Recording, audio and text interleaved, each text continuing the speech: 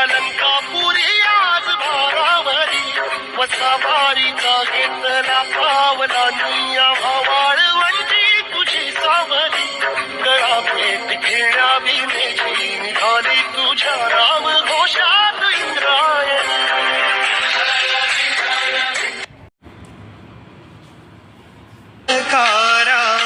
जगी तोड नाही ओवाळीन जीव माझा सावळे विठाई विठ्ठला,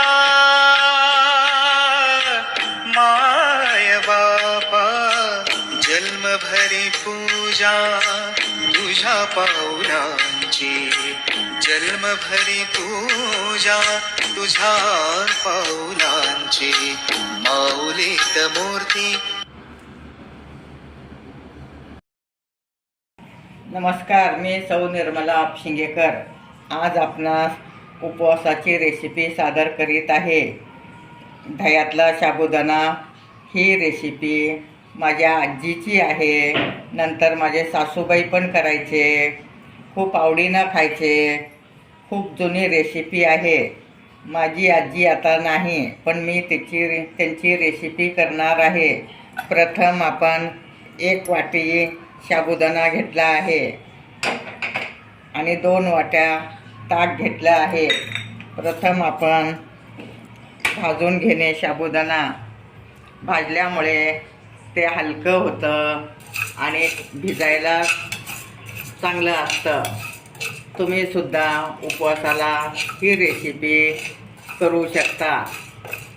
आता भरपूर श्रावण महिना येतं, सोमवार येतं, परत आषाढी एकादश येते, दसऱ्यात 9 दिवस उपवास असतात. त्यामुळं ही रेसिपी खूप सोपी आहे. भाजून झाल्यानंतर हे ताकात घालणे.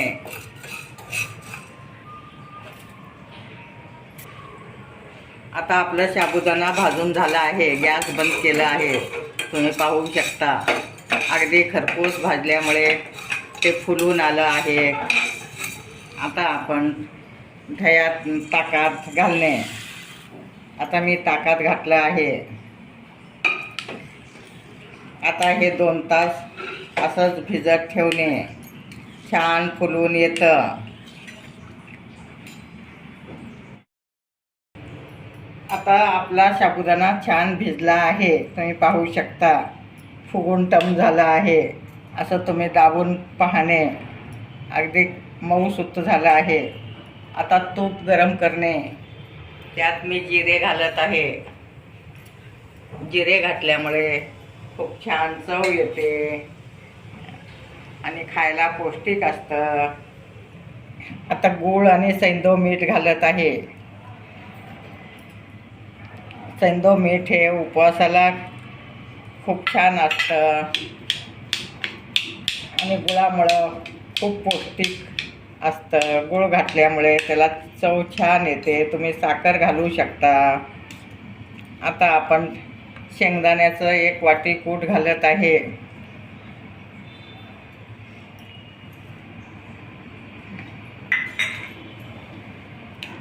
सगळं एकत्र कालवून घेणे आणि त्यात थोडं 1 वाटी दही घालणे. अगदी ताजं रात्री विरजण लावलेलं दही आहे.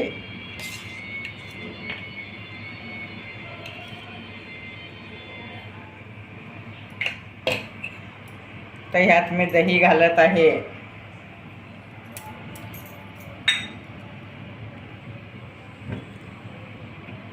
सगळं एकत्र कालवून घेणे. दह्यामुळे त्याला खूप छान चव येते आणि पित्त होत नाही. मुख्य म्हणजे सारखं खिचडी खाऊन कंटाळा आला असेल तर तुम्ही पण ही रेसिपी करून पाहणे. अगदी खूप सोपी आहे. ताक नसेल तर दह्यात पण भिजवू शकता तुम्ही. आता आपले जिरे छान तडतडले आहेत.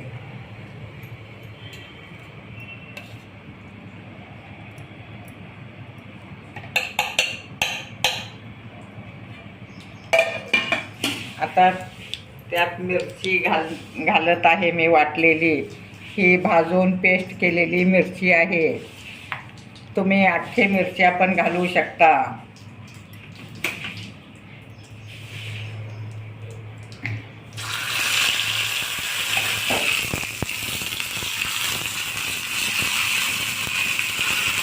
मिरची अगदी छान परतून घेणे.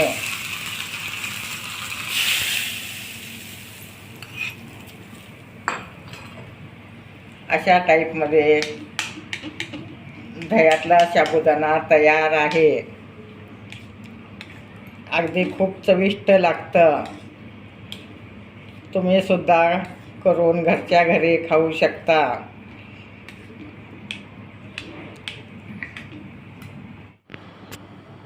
साबुदाण्याची कोशिंबीर तयार आहे.